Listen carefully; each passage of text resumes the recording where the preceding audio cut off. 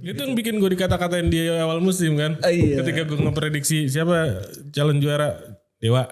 Damn, Ternyata gimana cara mengusik Persib ya, munculkan perselisihan antar manajemen sama Bojan Hodak gitu kan.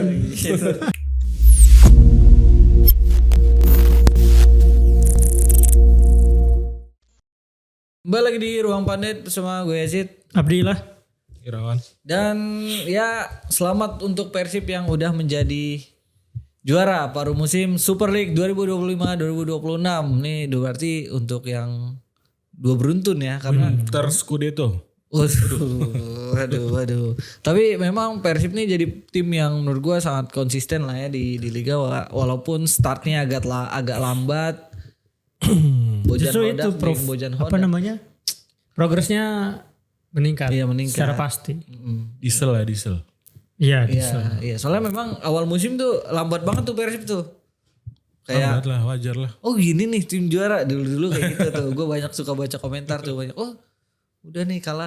Ternyata Persib lagi, masih Persib lagi. Tapi sebelum kita bahas soal hal-hal yang ada di lapangan, kita bahas dulu soal penyelenggaraannya selama separuh musim kebelakangan.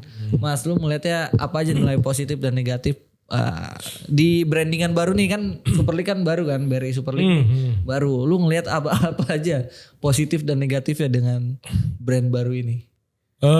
Jujur walaupun gue pribadi atau kita secara umum Pandit Football sering melakukan kritik-kritik ke federasi ataupun operator kompetisi dan lain sebagainya, tapi di musim ini dengan branding baru BRI Super League dan branding baru operator dari PT Liga Indonesia baru menjadi I-League, ada beberapa perubahan positif dan itu patut diapresiasi karena apa yang dilakukan juga sebenarnya cukup krusial, termasuk dengan kayak menunjukkan GM kompetisi dari si Oya ya kalau nggak salah, apa Yuki Oya, terus dan lain sebagainya gitu, beberapa posisi penting itu ditempati oleh orang-orang yang kompeten, terutama orang-orang asing dari Jepang, kayak dari wasit juga kan. Dari awal juga memang mentornya orang Jepang gitu, sampai akhirnya penunjukan wasit-wasit asing di beberapa pertandingan krusial itu juga cukup berpengaruh positif gitu, karena biasanya tanpa mengurangi rasa hormat ke wasit lokal yang cukup oke ya, beberapa cukup oke gitu, tapi memang suasananya akan berbeda ketika di tengah pertandingan dalam tensi yang cukup tinggi, ketika wasit lokal yang memimpin dengan wasit asing yang memimpin tuh respon dari para pemain tuh akan beda biasanya gitu. Pemain-pemain Indonesia cenderung kurang respect terhadap orangnya sendiri gitu, tapi ketika melihat orang asing menjadi lebih respect, menjadi lebih ngerasa inferior. Inferiority complex. Itu inferiority complex. sangat umum lah gitu di budaya kita kan. Itu untuk wasit asing. Terus untuk jadwal sudah cukup rapi kalau gue bilang. Kalau dulu kita bisa ngelihat lah di Liga Indonesia, bahkan kalau di FPL tuh ada double game week gitu kan istilahnya. Kalau di Liga Indonesia bahkan bisa triple game week. Damn.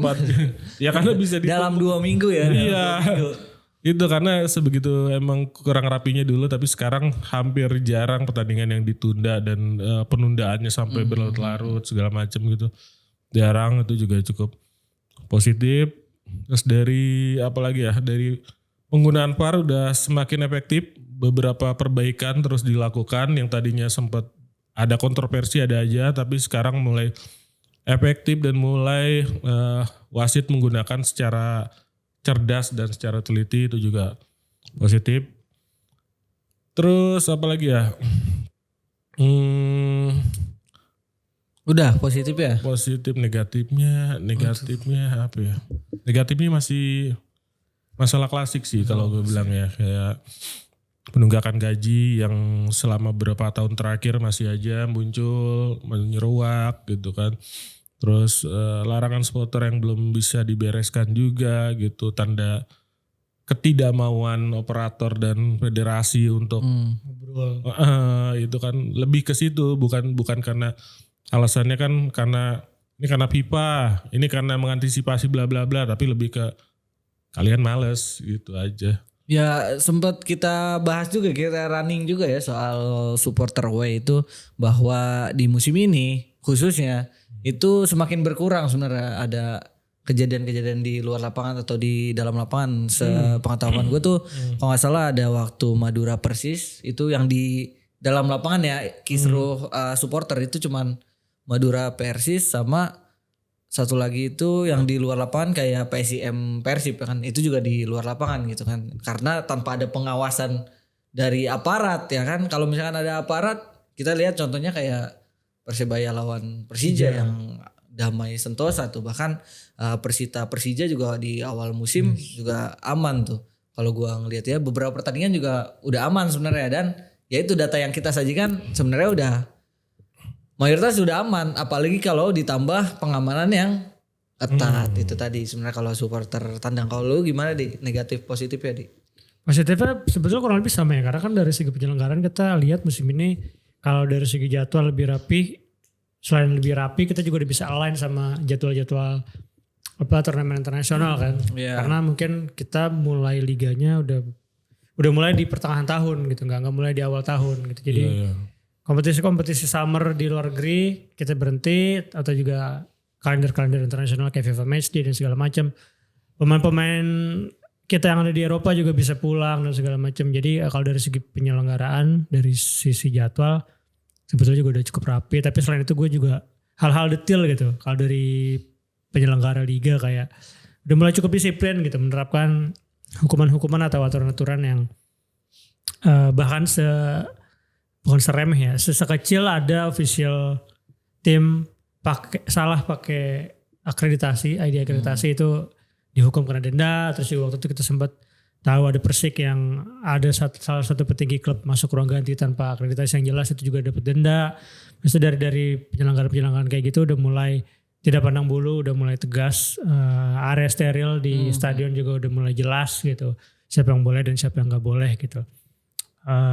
Lebih ke sana sih. Kalau soal minusnya dari segi wasit ya sebetulnya kan itu subjektif aja sebagian besar ya, karena kan kalau ada yang rasa dirugiin ya karena memang timnya lagi dirugiin gitu. Kalau dia lagi diuntungin sebetulnya juga nggak diem aja. Iya, kalau menang lah Kalau menang mah diem aja gitu. Kalau lagi yang kalah menjelaskan, yang menang merayakan. Tapi ya itu wajar. Itu wajar. Jadi sebetulnya nggak terlalu yang jadi sorotan kayak kayak musim lalu atau 2 musim belakangan gitu, yang keputusan wasit di awal musim aja udah jadi sorotan gitu. Kalau dari musim ini sebetulnya dari penyelenggaraan ya udah mulai rapi lah. Dari sponsor juga kan rebranding ini gue juga sebetulnya nggak ngerti urgensinya rebranding lagi dari Liga 1 ke Super League ya.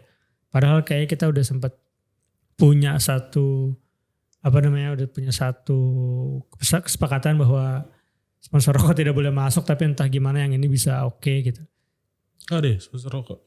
Super Soccer ya. Ya itulah. Jadi maksudnya di luar itu sebetulnya dari segi penyelenggaraan. Super Soccer iya. Iya. Pasti arah Super Soccer gitu, bukan Jarum Super. Bukan gitu. Jarum Super, Super Soccer. Dan kalau nggak salah BRI kan masih jadi. Sebetulnya BRI masih jadi. Sekarang. Iya kan. Jadi untuk bisa menggeser BRI dari sponsor utama tentunya kan ada angka yang pasti. Itu maksudnya itu di luar inilah. Di luar apa yang lagi kita bahas gitu. Dari segi penyelenggaraan sebetulnya jadi lebih rapi, jadi lebih ya so far tidak ada protes-protes yang ya gimana soal penyelenggaraan. Ya paling itu tadi supporter tandang lebih ke diurus nggak sih ini gitu ya. Ya bahkan yang dendanya aja kan supporter tandang masih ada agak ini ya. Ya kan masih denda yang lain udah konsisten tuh, udah tanpa pandang bulu. Tapi nih tapi denda kadang ada yang tim tuan rumah kena, tim tamu nggak kena gitu. Ya itu kan kita nggak bisa mencari kepastian ya. Itu apa pertimbangan dari kondisi segala macam.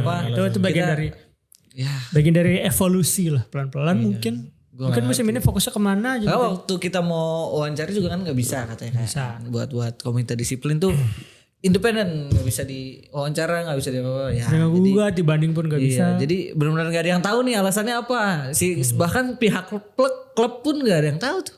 Pihak klub nggak ada yang tahu dia kenapa dia bisa nggak kenapa gitu, mereka juga nggak ada yang tahu, jadi nggak usah main salah-salahan lah gitu. Jadi kesannya otoriter ya kesannya. Iya, itu Karena beberapa klub merasa lebih baik kena hukuman denda daripada kena larangan main kandang. Tuh, benar. Jadi biasanya kalau ada ini ditambahin justru katanya Iya, gitu, katanya begitu. Nggak ngerti itu buat apa. Oke, itu dia soal penyelenggaraan yang ternyata cukup banyak lah positifnya ketimbang negatifnya, walaupun yang negatifnya juga cukup urgent untuk diselesaikan, untuk cepat diurusin gitu ya. Dan wajar kalau ada yang mengawasi kan. Iya. Soal negatif-negatifnya. Iya dong, masa nggak ada gitu kan.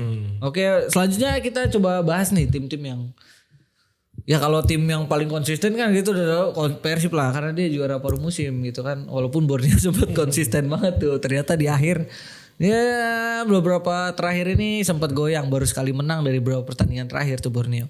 Tapi gue pengen bahas coba siapa sih tim yang menarik gitu ditonton atau mengejutkan lah gitu ibarat kata di awal musim ini di. Kalau mengejutkan di awal musim, gue sih tetap Borneo dan PSIM ya. Oh gitu. Borneo, kenapa Borneo ya karena ya kita tahu di awal musim bahkan sampai ke 11 pertandingan ke pekan 11 Borneo tidak pernah kalah, tidak pernah seri. Gitu. Jadi itu kan sebetulnya cukup mengejutkan sama pecinta sepak bola Indonesia gitu, fans lain. Bahkan gue juga sempat nganggap gila ini Borneo siapa yang bisa nyetop gitu. Maksudnya kalau nggak juara sih kebangetan. Maksudnya lebih ke arah sana gitu, lebih sangat-sangat konsisten dari segi penampilan mereka juga gitu. Kalau ditanya siapa yang mengejutkan ya Borneo 1, 2 ya PSIM sebagai tim promosi yang langsung bisa merangsek ke persaingan papan atas. Iya, karena Persijap juga ini ya, dan Bayangkara pun maksudnya dengan kekuatan finansial yang sedemikian ternyata tidak tersiak-siak tidak menjamin kan. Iya, tidak menjamin gitu ternyata. Persijap walaupun sempat pernah menang lawan Persib tapi kan belakangan berantakan juga. Sekarang di dasar klasemen. Malah PSIM yang ternyata konsisten gitu di tengah dan ke atas, tengah ke atas gitu. Kalau lu Mas siapa? Yang mengejutkan Persija. Tiba-tiba Persija jadi terlihat jago gitu. Okay. Di awal musim nggak tahu ya, mungkin di kalangan supporter Persija secara umum, mungkin Jackmania secara khususnya yakin kalau Persija ya setiap musim juga mengincar juara. Gitu aja. Atau udah menduga gitu. Udah menduga ini jago gitu. Tapi ketika mungkin untuk di kalangan penonton umum gitu, ngeliat Persija emang gebrakannya cukup oke dengan Brazilian Connection, termasuk pelatihnya ya kita tahu sebelumnya kan udah pernah di Madura juga gitu, dan sebenarnya kiprahnya antara yang nggak jelek nggak bagus juga kan gitu. Tapi di Persija dengan dukungan Brazilian Connection yang sebenarnya ini mereka orang-orang baru gitu kan, orang-orang yang belum tahu gimana ke depannya di Liga 1 atau Liga Super inilah gitu. Terus pada akhirnya tiba-tiba langsung menggebrak dengan kemenangan telak di awal musim, menaikkan moral, menaikkan ekspektasi, dan akhirnya cukup konsisten, bahkan cenderung sangat konsisten sampai akhirnya tetap ada di papan atas, dan itu cukup mengejutkan kalau gue bilang ya, karena ekspektasi gue Persija nggak sekonsisten ini gitu awalnya dengan semua perubahan yang dilakukan gitu kan. Walaupun ya pemain-pemain yang didatangkan yang kita kenal gitu, selain pemain-pemain Brazil yang awalnya kita nggak kenal gitu, ya cukup oke dengan datangnya Jody Amat gitu kan, menambah kekuatan di belakang gitu kan. Tapi tiba-tiba ada di papan atas itu cukup mengejutkan. Oke. Kalau gue justru ada dua kejutan positif, kejutan negatif. Yang positifnya tuh sebenarnya kejutannya ada pada Persita. Persita tuh gue cukup mengejutkan aja bagi gue karena fan-nya. Iya. Bahkan kan sempat di peringkat 3 besar kan waktu itu, 4 besar begitu Persita. Sempat kita bahas juga kan waktu itu Persita. 5 apa 6 sekarang? Sekarang 5 ya di bawah Malut. Nah sama Malut udah ganti pelatih di saat-saat terakhir ternyata masih tetap bisa loh gitu, walaupun gue mikir ya awal ya Malut nggak bakal bisa make pemain-pemain dari Persib ini, karena gue mikirnya ya tetap aja kuncinya dari Bojan Hodak. Ternyata justru mereka poros intinya. Iya, mereka poros intinya. Bahkan bisa menopang tim Malut ini gitu. Ditambah dengan pelatih Henry Susilo. Dengan pelatih Henry Susilo gitu kan. Iya. Iya kan maksudnya iya kan. Iya, Dia kan iya. kayaknya belum pernah melatih tim yang sebintang ini kan. Belum pernah melatih tim besar yang targetnya juara Iya. gitu lah ya. Itu tuh. Gue tahu mengejutkan negatif lo salah satunya siapa? Siapa? Dewa. Dewa, Bu. Negatif tuh. Itu yang bikin gue dikata-katain di awal musim kan. Iya. Ketika gue ngeprediksi siapa calon juara, Dewa. Damn, Ternyata diserang sama supporter Persija yang baru menang 4-0 di awal musim. Tapi memang mengejutkan banget ya Dewa gitu. Yang didatengin tuh pemain dengan mental juara kayak Nick Kuipers gitu, pemain-pemain mahal juga kayak Privat Barga gitu kan, Wahyu. pemain yang udah Wahyu main level timnas, Rafael Strike juga buat pemain mudanya. Tapi ternyata itu hasilnya enggak. Rafael Strike OO berapa sekarang? Oh, Berapa belas? berapa belas sama satu kartu merah. Satu kartu merah. Iya, Rafael Strike. itu kan sebenarnya nggak tahu ya, kalau menurut gue mungkin menarik untuk diulas karena masih misteri juga gitu. Iya. Secara pelatih, secara staf kepelatihan nggak banyak yang berubah. Janol dari Kering masih Iya. dengan idenya dia, komposisi skuad utamanya juga masih dengan Alex Martin sebagai ujung tombaknya. Iya. Gitu kan, justru ada tambal sulam lah ya gitu. Tapi kenapa menurun ini? Iya loh. Apakah tim yang lain yang makin jago atau Iya sih, Dewanya yang bisa makin? jadi karena dengan 7 pemain asing itu tadi yang Iya, bikin tim-tim lain ternyata pemain asingnya lebih jago nih gitu ketimbang punya Tunggu maksimal Dewa pemain United asing aja yang lah. sebenarnya musim lalu kita ngeliat udah oke banget. Oke banget. Pemain baru. Alex Martin musim lalu berapa tuh? 20 gol ya kalau nggak Dia salah top lebih. score. Top score kan. Iya, itu dia anjir aneh juga tuh gue masih aneh. Maksudnya pondasinya nggak banyak berubah dan ada tambahan pemain yang justru untuk upgrade di beberapa posisi kan gitu sebenarnya. Tapi hasilnya masih belum memuaskan. Bahkan Gua rasa apa? semenjak Janol dari Kering ketemuan sama Patrick Kluivert Bam. itu. Dapat ini. Nular ya. Kan sempet disamperin kan tuh Dewa Iya, tuh. iya. Iya. kayak Padahal maksudnya Dewa juga kan tim yang udah kandangnya udah tetap nih. udah mapan, finansial Mapan, tim mapan. infrastruktur mapan. Tapi ya itulah performanya justru mengejutkan secara negatif. Itu dia. Kalau pemain Mas, lu ada yang ini gak? Main. Yang wah nih menarik gitu nih pemain mengejutkan juga gitu. Untuk debutan lah apa pemain lokal atau asing gitu. Kalau pemain asing, pemain asing yang pasti dua Persija ini cukup menarik. Maxwell sama Lano. Alano. Itu yang tiba-tiba langsung menggebrak sebagai anak baru gitu kan. Yang ya kita awalnya nggak kita ya, mungkin gua atau sebagian lainnya gitu ya. Iya. Iyalah, masa kita Nggak kita kalau Kita mulu kalau yang ngomong iya. Kesannya meragukan gitu lah, atau apa bisa dia nih gitu pemain baru gitu kan. Ternyata sekarang bersaing Maxwell di daftar Kapolista perebutan top Alberto skor nggak nambah-nambah nih. bersama Dalberto. Iya, dan itu menarik sih kalau pemain asing sih itu. lu siapa di? Apa ya? Itu kalau pemain-pemain asing muda atau pemain yang stabil sebetulnya mengejutkan Eliano Reinders. Eliano. Karena ya dia termasuk debutan di liga ini, dia datang dengan publik cuma tahu dia dari timnas. Tapi match pertamanya lawan Persebaya itu benar-benar kayak dia udah main lama buat Persib gitu. Main bek kiri ya itu ya. Iya, waktu main bek kiri, waktu sempat di postpone karena hujan tuh kan. Oh iya. Tapi itu udah kayak memang udah lama banget main di tim itu dan gak butuh adaptasi sama sekali gitu. Ditambah sama Tom Hai. Ya dua orang itu jadi bikin ternyata memang mereka sebagus itu. Mereka terlalu overpower itu untuk ukuran pemain lokal. Untuk ukuran Jadi Super League. Itu untuk Super League dan pemain lokal. Pemain lokal. Gak ada yang setara sama mereka gitu. Ya, karena mereka nggak maksudnya mereka untuk ukuran pemain timnas di Super League ya, kok jadi jago banget ya. Di level atas lah ya. banget ya level atas gitu. Itu yang ya buat gue sih cukup mengejutkan ya. Kalau gue dari Borneo ada tuh di paruh musim pertama sebenarnya di awal-awal banget tuh ada Juan Villa. Sebenarnya tuh gue menarik banget tuh sama Mariano Peralta, dan satu lagi bek kirinya Casambu. Sama ya itulah, itu kayak pemain yang menurut gua pas gua nonton Borneo nih menarik nih, dan mungkin ini pilar-pilar yang bikin Borneo. yang bikin Borneo nih bisa naik gitu posisinya kemarin. Kalau pemain muda ada gak? Mas. Pemain muda gue nggak tahu ya ukurannya pemain muda, tapi kalau U23 aja. kalau Beckham ukurannya pemain muda ya Beckham menarik banget. Freitas gitu kan. dari dulu. Tapi itu udah gak masuk tuh. Iya. Beckham, udah gak masuk Terus regulasi kalau ukurannya Arkan Fikri masih pemain muda, Arkan Fikri menarik banget penampilannya. musim ini. Musim ini makin vital lah, makin vital. Tapi kalau yang jauh lebih muda lagi, Tony Firmansyah udah makin dapat porsi lebih di Persebaya, itu juga punya potensi ke depannya. Terus Donitri udah makin apa ya?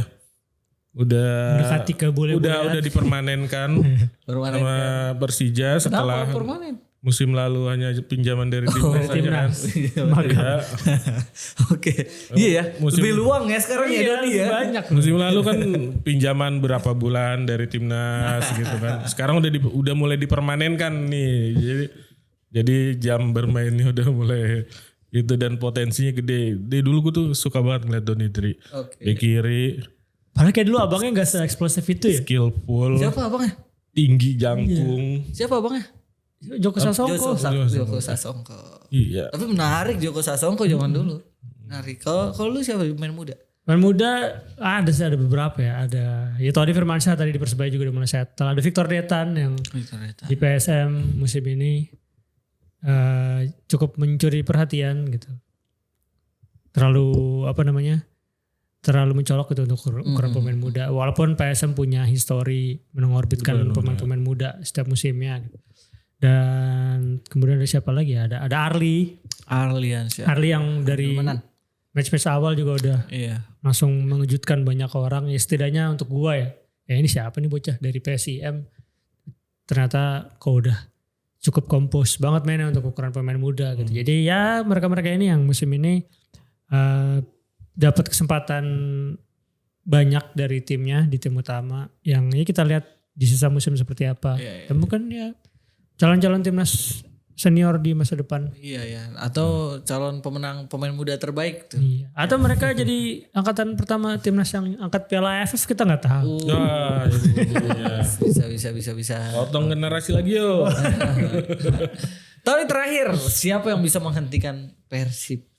Hujan Hodak. Masa hujan Hodak? Masa hujan Hodak? Iya maksudnya ya dengan konsistensi mereka sejauh ini sih gue ngelihat apa yang Persib cuma bisa kesandung kalau mereka bikin kesalahan sendiri gitu. Karena semua lawan, ya walaupun di putaran kedua Persib belum tandang ke beberapa tempat yang ibaratnya cukup berpotensi berat ya. bikin mereka susah gitu. Mereka belum ke Kalimantan, mereka belum ke Samarinda kan. Borneo belum. Mereka belum ke Borneo. Mereka belum ke Surabaya. mereka belum ke Surabaya gitu. Mereka belum ke JIS. Jis. Oke. Jis tuh. Enggak GBK ya. Ya, mereka belum ke Jakarta. Oh belum ya. Masuk ke Bekasi. Bekasi. Mereka belum ke Atau Bekasi. Pakansari. Iya, Bogor. Iya. Tapi sebetulnya Bojan Hoda kan punya rekor bagus juga away lawan Persija gitu. Jadi makanya siapa yang bisa menghentikan Persib ya Bojan Hodak sendiri kalau menurut gua. Iya kalau dia mungkin bikin kekeliruan gitu ya tiba-tiba. Salah gitu. kalkulasi, kalibrasi kita nggak tahu. Iya. Kalau lu Mas siapa yang bisa? Karena ini juara paruh musim lagi. Iya. Tapi kan benar kan di beberapa episode yang lalu kan sempat gue singgung juga. Gimana cara mengusik Persib ya, munculkan perselisihan antara manajemen dan Bojan Hodak gitu kan. masa caranya gitu ya.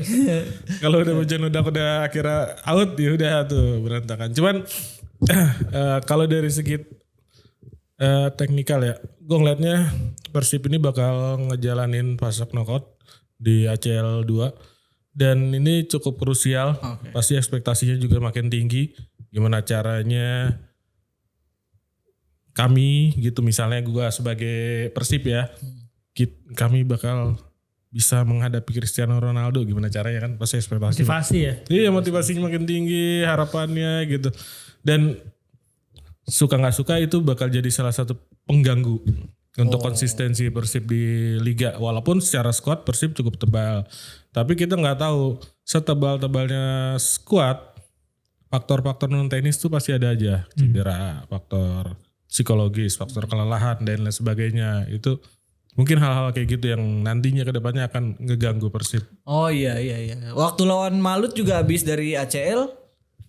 Pas terus lawan Malut katanya kan banyak yang ngomong kan Tom Hai atau siapa, kita ya belum siap aja untuk bertanding itu karena recovery-nya kurang. Recovery harus terbang ke sono gitu kan. Iya, Dari Bandung harus ke Jakarta dulu. Iya ke Kiraha langsung. iya sih sebenarnya ya. Orang-orang paling mikirnya ya lah naik pesawat. Cuman kan Duh. apa ya? Lu gak tahu naik pesawat berjam-jam lu di atas. Iya, Jam soalnya capek gitu ya. pantat lu gak kerasa lu.